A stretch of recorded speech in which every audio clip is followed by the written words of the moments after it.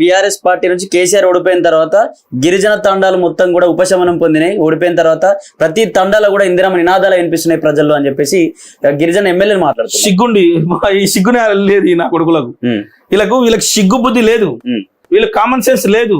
ఎందుకు దేని కొరకండి? కేసీఆర్ గారు తండాల పంచాయతీ చేసిన గ్రామ పంచాయతీ, మా తండాలో మా రాజ్యం కావాలని, మా ఆత్మగౌరవం కావాలని ఇచ్చిండు. వీరేం చేసిరు కాంగ్రెస్ పార్టీ? చెప్పమని చెప్పండి. కేసీఆర్ గారు మా రైతులకు రైతు బంధు టక్కుమని ఇచ్చేది, ఇప్పటికి 2 రైతు బంధువులు ఎగ్గొట్టిండు. దేనికి? రేవంత్ రెడ్డి గారు రావాలి, ఇందిరమ్మ రాజ్యం రావాలని అంటారు. ఈ తండాకు కేసీఆర్ గారు ఉన్నప్పుడు ప్రతి ఒక్కరు ఉద్యోగాలుగా ఉన్నారు. ఈయన ఎందుకు ఇప్పుడు దేని కొరకు ఏం ఉద్యోగాలు ఇచ్చిండని చెప్పేసి రావాలన్నా? దేని కొరకు? వీళ్ళకి ఏముందని మంత్రి పదవి? ఇప్పుడు మాకు 2 సార్లు కేసీఆర్ గారు ముఖ్యమంత్రి ఉన్నాడు. 2 సార్లలో ఒకసారి చందులార్ గారు మంత్రి, రెండోసారి సత్యవతి రాథోడ్ గారు మంత్రి. మరి ఈయన మంత్రి ఇచ్చిరానా? రాజ్యసభ ఇచ్చిండనా? ఏమి ఇచ్చిరని చెప్పేసి ఇది చేయాలి? మా భూములు లాక్కొని మమ్మల్ని జైలు పంపిస్తేవి, మాకు ఉద్యోగాలు ఇవ్వకుండా మమ్మల్ని ఇది చేస్తేవి. దేని కొరకు? అందుకొరకు ఎక్కడ ఏ తండలు కాంగ్రెస్ పాలన అంటే వద్దురా బాబు మాకు కాంగ్రెస్ పాలన, మీరు వద్దురా నాయన నీ బస్సు యాత్ర, వద్దురా నాయన ఈ రేవంత్ రెడ్డి పాలన అంటున్నారు.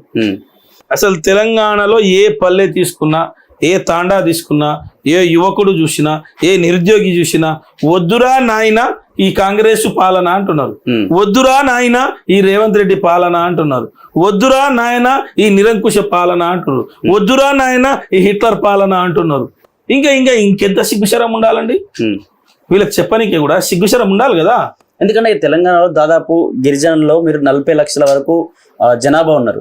ఇంత జనాభా ఉన్నా గత ప్రభుత్వం అయినా ఈ ప్రభుత్వం ఎప్పుడు కూడా మీకు పదవులు సరిసమానికి ఎప్పుడు పంచినట్టు అనిపించలేదు. నేనేమంటున్నా అంటే లేదు, కేసీఆర్ గారు మాకు సముచిత స్థానం ఇచ్చిండు, కేసీఆర్ గారు మంత్రి పదవులు ఇచ్చిండు మాకు 2, కేసీఆర్ గారు ఎమ్మెల్సీలు ఇచ్చిండు.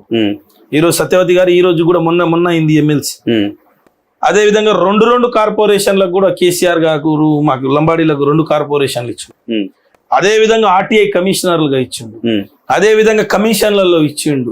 ప్రతి దాంట్లో మార్కెట్ కమిటీలలో లంబాడీలకు రిజర్వేషన్ తీసుకొచ్చిండు, మద్యం షాపులలో రిజర్వేషన్ తీసుకొచ్చిండు, పోడు భూముల పట్టాలు 4.5 లక్షల ఎకరాల పోడు భూముల పట్టాలు ఇచ్చిండు, 1/70 యాక్ట్ ని పూర్తిగా ఇచ్చేసిండు.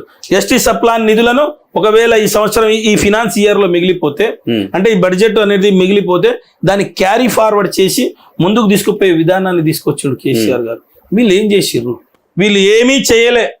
వస్తున్నది దాచుకోవడం, వాళ్ళ పేర్ల మీద వీళ్ళ పేరు మీద స్కాములు చేయడం, ఇందిరమ్మ ఇంట్ల పైన స్కాములు, లేకపోతే భూముల పైన స్కాములు, లేకపోతే వేరే రకాలుగా మొత్తం స్కాముల మీదనే బతున్నారు తప్ప వీళ్ళు ఏమీ చేయలేదు. తండాలకు ఒక్క అభివృద్ధి పని చేయలే. నా ఇందిరమ్మ ఇల్లు ఇయ్యలే, నా రోడ్డు ఇయ్యలే, నా పాఠశాల ఇయ్యలే, నా త్రాగునీరు ఇయ్యలే, నాకు సంబంధించినటువంటి తండాల గ్రామ పంచాయతీ బిల్డింగ్లు కంప్లీట్ చేయలే, ఏమీ కంప్లీట్ చేయలేదు. మొత్తం సర్వనాశనం చేసి కూర్చోబెట్టింది. అందుకొరకే కాంగ్రెస్ పార్టీని ప్రజలు నమ్మే పరిస్థితిలో లేరు. వాళ్ళు హామీలు చాలా పెద్దవి ఇచ్చిరు, చాలా పెద్ద హామీలు ఇచ్చిరు. 100 రోజుల్లోనే 2 లక్షల ఉద్యోగాలు అన్నారు. ఎక్కడున్నాయి 2 లక్షల ఉద్యోగాలు? ఎక్కడా మా 2 లక్షల ఉద్యోగాలు అన్న పాపానికి నిరుద్యోగులకు ఉస్మానియా యూనివర్సిటీలో, ఇక్కడ అశోక్ నగర్ లో, గాంధీనగర్ లో, అక్కడనే దిల్సుఖ్ నగర్, అమీర్పేటలో ఆ పారామిలిటరీ పోలీసులతో కొట్టించాం, కేసులు పెడుతున్నారు. అడగడం తప్ప. ఇది ఇందిరమ్మ పాలన.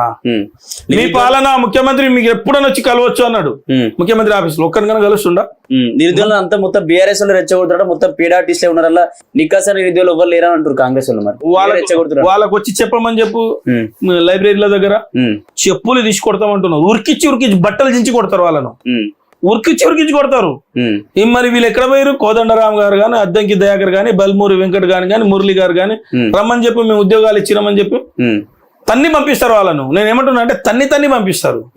ఏడ ఉన్నారండి వీళ్ళు? ఏడ ఉన్నారు? ఏ ఒక్క ఉద్యోగం ఇయ్యలే. 70,000 ఉద్యోగాలు ఇచ్చారు. ఇప్పటికీ సిగ్గుశరం ఉండాలి.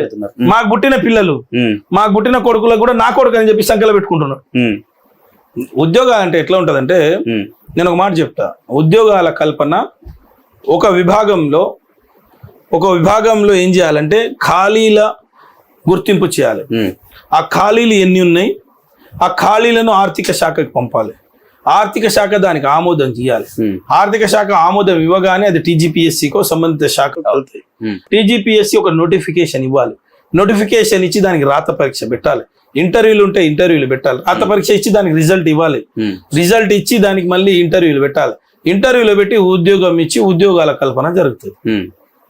మరి ఎన్ని ఖాళీలు గుర్తించిండు, ఎన్ని నోటిఫికేషన్లు ఇచ్చిండు, ఎక్కడ ఉద్యోగాలు ఇచ్చిండు?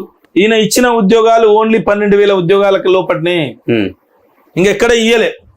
ఇంకా ఎక్కువగా మాట్లాడుకుంటుండు. ఏమంటాడంటే నేను ఇచ్చింది 70,000 ఉద్యోగాలు, అసలు ఉద్యోగాలు వద్దని చెప్పేసి నిరుద్యోగులు ధర్నా చేస్తున్నారు. చెప్పడానికైనా సిగ్గుశరం ఉండాలి.